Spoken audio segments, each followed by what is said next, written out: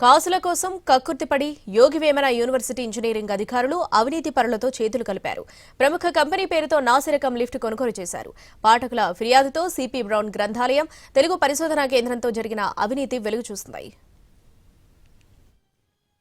ఆంధ్రప్రదేశ్లో చరిత్ర పరిశోధకులకు మూలాధారం కడపలోని సిపి బ్రౌన్ గ్రంథాలయం. పురాతన తాళపత్రాలు, తామ్రపత్రాలు, పురాతన నాణ్యాలకు కొలువైన ప్రదేశమే ఈ పరిశోధనా కేంద్రం.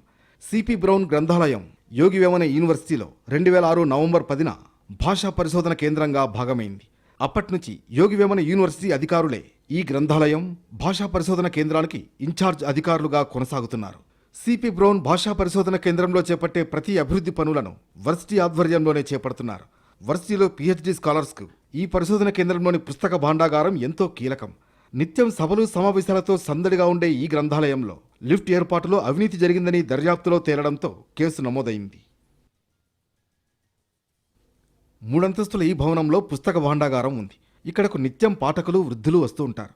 పాఠకులతో పాటు సభలు సమావేశాలకు వచ్చే వారి కోసం 8,90,000 రూపాయలు వెచ్చించి లిఫ్ట్ ఏర్పాటు చేశారు.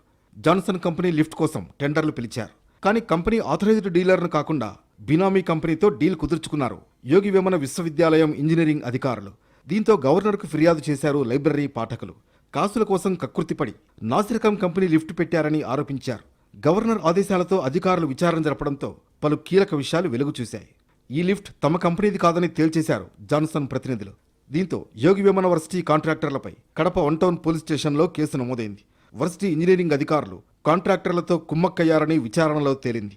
దీని వెనుక ఎవరెవరి హస్తం ఉందో పూర్తి స్థాయిలో నిగ్గు తేల్చేందుకు గతంలో పనిచేసిన వీసీ, రిజిస్ట్రార్లను కూడా విచారించాలని పోలీసులు భావిస్తున్నారు.